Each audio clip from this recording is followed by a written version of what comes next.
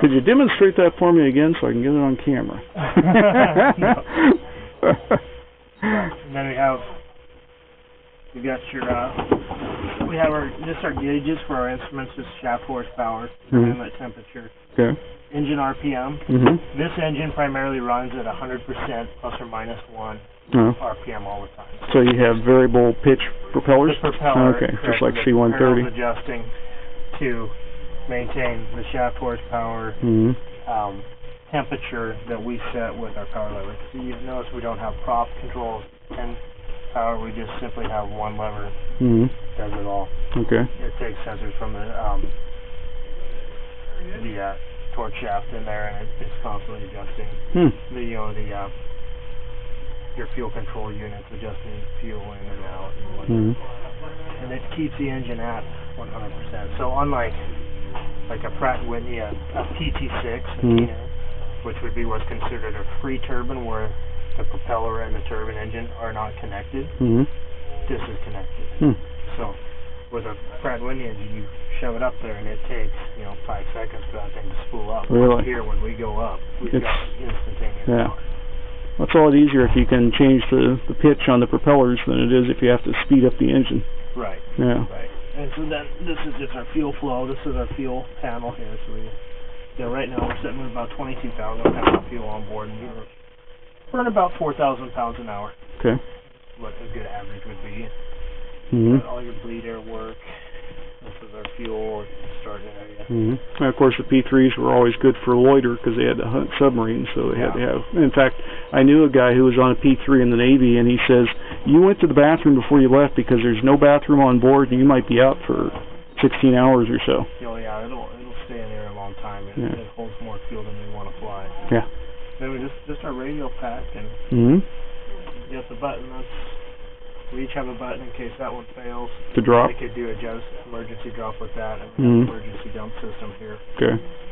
Do you have a dump site right off the base here? Someplace? They have a jettison Latin wall that they would give us if we needed to. But the tanker base right here isn't even open yet. It opens in 15th, so we can't actually get retardant. Yeah. But our proficiency place is hold some water. Oh, you got foam. You always put in foam instead. We don't ever use a mix of foam. No? How about gel? We can do gel, but not all bases do it. Primarily, we just do the flaws check retardant. Okay. Primarily just a retardant aircraft. Yep. But we can do the gel and do a direct attack on the fire. It's just our main mission is normally, building line around the fire. Yeah. I guess if you have an emulsion gel that they're QPL, so you can put them in any kind of a bomb bay or whatever and use that. Yeah, we can do that, but we don't ever haul foam. Delbert, have you ever hauled foam? Yep. Have you? Have you hauled gel? Hauled gel too. Yeah? Okay. But that was years ago. It didn't work out very well. Oh. Well, they got injected. We had hoppers that we injected all that stuff into. Went into the tank. It didn't work very well. Yeah. Well, they've got the new emulsion type gels, which are different from the powdered type gel. So that stuff that turns blue when it's on the ground? I guess they can put any kind of dye in that's actually more of a yellow-green luminescent. It's got capabilities of being seen even by night vision goggles and such. That's pretty cool stuff. Sounds pretty cool. But it didn't work out in these big tankers. Sorry. I flew the DC-7. Okay. So that's how that works. Okay. And then this is our FM radio, and we primarily use it to communicate. Okay. Turn on the radio. We have a moving map MSD display which is connected to our GPS. Oh, nice. So we'll get a line. Radar altimeters in here. I set it on my side, and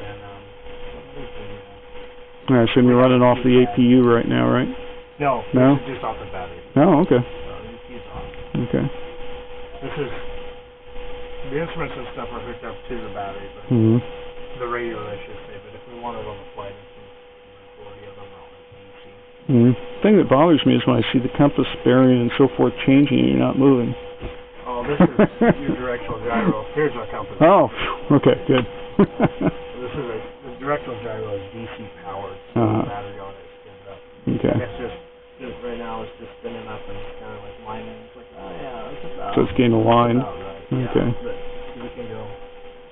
The Mm-hmm. It'll take it a minute. But that would be,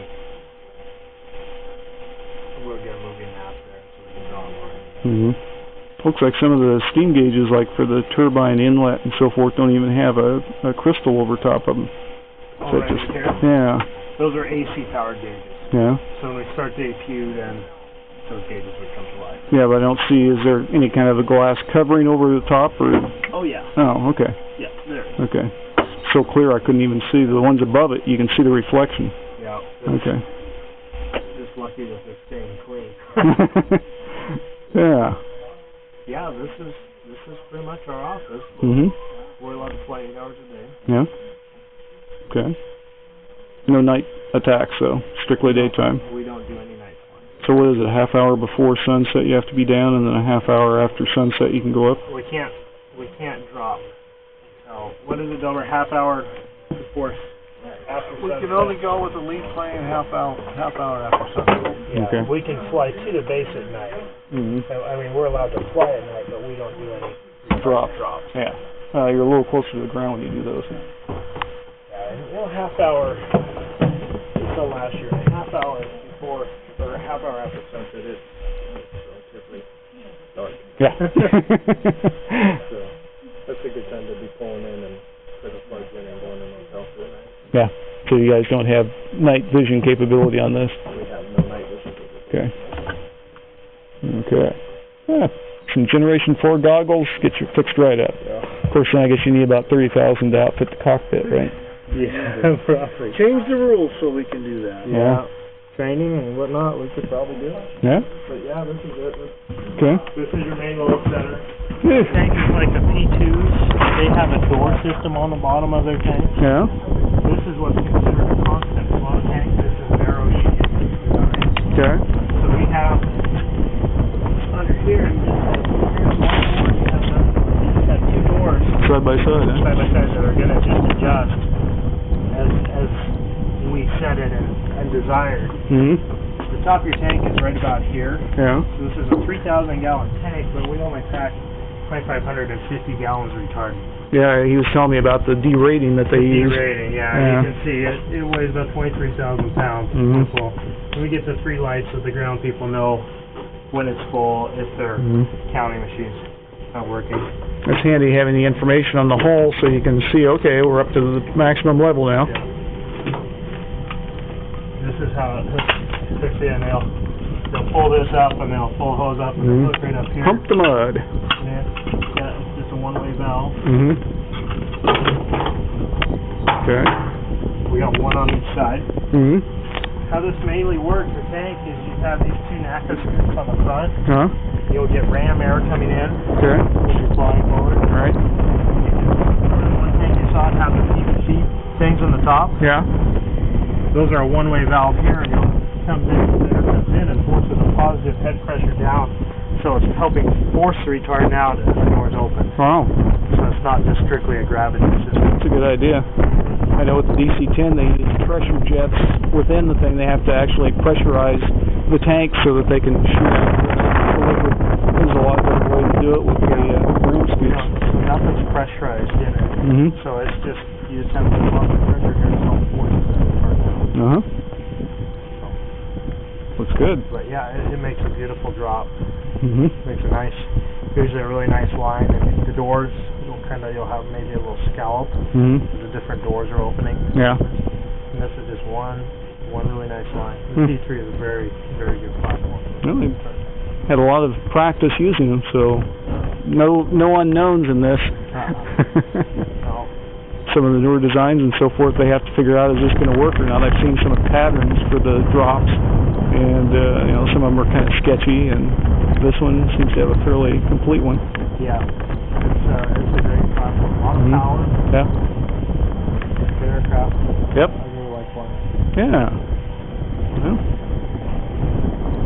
they're an old war horse that's still working. They are. Yeah, they are. I think these things first flew back in the late 50s, didn't they? Yeah. Yeah. Huh. Okay.